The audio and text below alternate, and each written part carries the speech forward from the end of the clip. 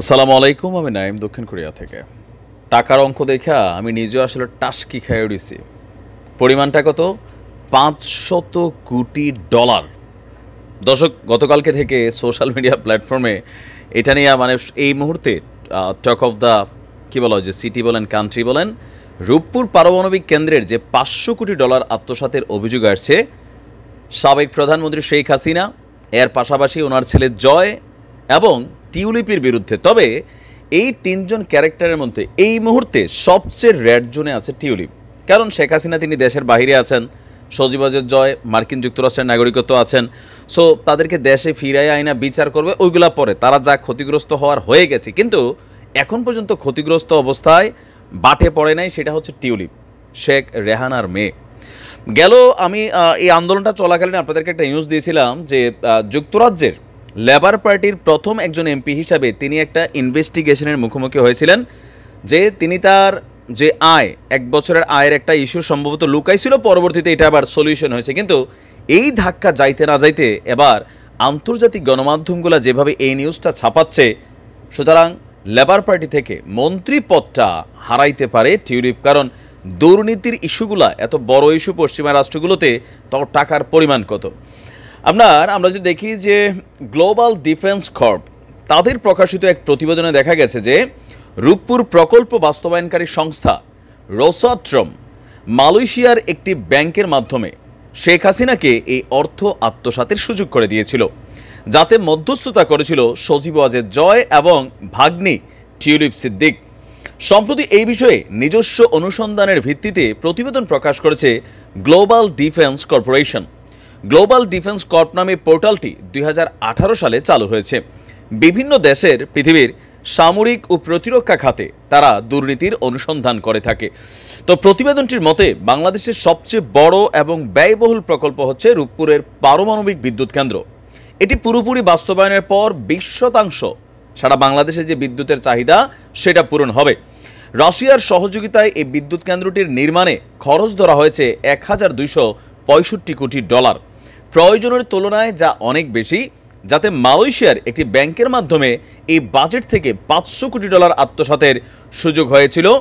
আর প্রকল্প বাস্তবায়নকারী সংস্থা রোসাট্রম, আপনারা সকলে জানেন পুতিন কাকুর দেশ, বেসিক্যালি মাফিয়া দেশ, তাদের বিভিন্ন অ্যাক্টিভিটিস সারা পৃথিবীতে চলে, তাদের কাজ হচ্ছে প্রকল্প চালানো। চীনও কিন্তু একই স্টাইলে পৃথিবীর অনেক দেশে তাদের যে প্রজেক্টগুলো আছে সেগুলোতে বিনিয়োগ করে।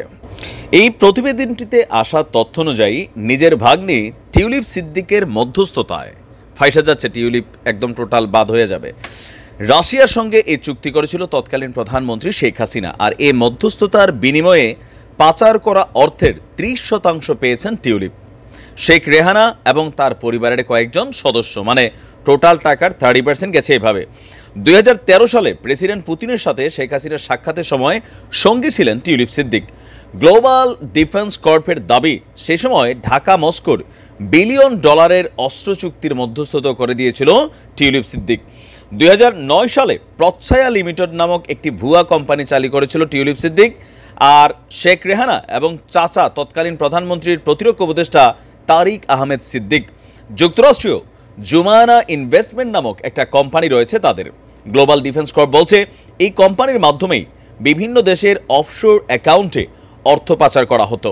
তাদের এই কোম্পানিটি ডেস্টিনি গ্রুপ নামক একটি চিটিং ফান্ড কোম্পানির সঙ্গে যুক্ত হয়ে যুক্তরাজ্য সহ বিভিন্ন দেশে প্রায় 900 মিলিয়ন ডলার পাচার করেছিল। আর রূপপুর পারমাণবিক বিদ্যুৎ প্রকল্প বাস্তবায়নে কিছুটা দেরি হতে পারে বলে জানিয়েছে রাশিয়ার রাষ্ট্রদূত আলেকজান্ডার মান্টিটাস্কি। গেল বৃহস্পতিবারই পররাষ্ট্র উপদেষ্টা মোহাম্মদ তৌহিদ হোসেনের সাথে সৌজন্য সাক্ষাতে তিনি এই কথা জানিয়েছেন। আমরা যদি দেখি আর কি, আপনার প্রকল্পটির 90% হচ্ছে রাশিয়ার ঋণ, 10 ভাগ দিচ্ছিল বাংলাদেশ সরকার। আর এটাতে আপনার চলতি বছর প্রথম ইউনিট এবং 2025 সালে দ্বিতীয় ইউনিটের কাজ সম্পন্ন হওয়ার কথা। এখন এই প্রতিবেদনটা আপনার যখন প্রকাশিত হলো, স্বাভাবিক এত বড় অঙ্কের টাকার কথা শুই না কারই না মাথা ঘুরান দেয়। তবে আওয়ামী লীগের যারা ঊর্ধ্বতন নেতারা আছেন, যদিও পলাতক আছেন, বাট নানানভাবে ফেসবুকে সজীব ওয়াজেদ জয় সহ বাকিরা বিষয়গুলো নিয়ে বলছেন যে এটা উদ্দেশ্য প্রণোদিতভাবে শেখ হাসিনা এবং তার পরিবারকে বিপদে ফেলার জন্যই আসলে এই প্রতিবেদনটা করা হয়েছে। কিন্তু প্রতিবেদনটা তো বাংলাদেশের না, গ্লোবাল ডিফেন্স কর্প, এটা একটা সম্ভবত প্রাইভেট সেক্টর, এটা কোনো সরকারি প্রতিষ্ঠান না। তারা বিভিন্ন দেশ নিয়ে কাজ করে। এখন এইটা ইনভেস্টিগেশনাল ইস্যু, তো দেখা যাক আসলে কোথায় কি হয়েছে। মানে এইসব টাকা পয়সার খবর শুনলে মাথা আসলেই গরম হয়। তবে যদি ইনভেস্টিগেশনে এটা ক্লারিফিকেশন মিলা যায়, তাহলে টিউলিপ সিদ্দিকী তার তো ভাই দিন গেছে।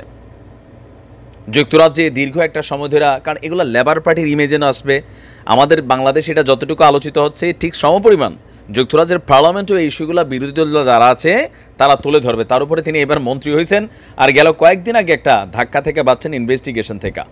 তো সময়ের অপেক্ষা, হয়তো যে কোনো সময় তিনি তার মন্ত্রীপদ হারাইতে পারেন, আবার সেখানে আইনানুগ বিভিন্ন ব্যবস্থা নেওয়া হইতে পারে। তো দেখা যাক এটা নিয়ে কি ঘটে। ভালো থাকুন, আসসালামু আলাইকুম।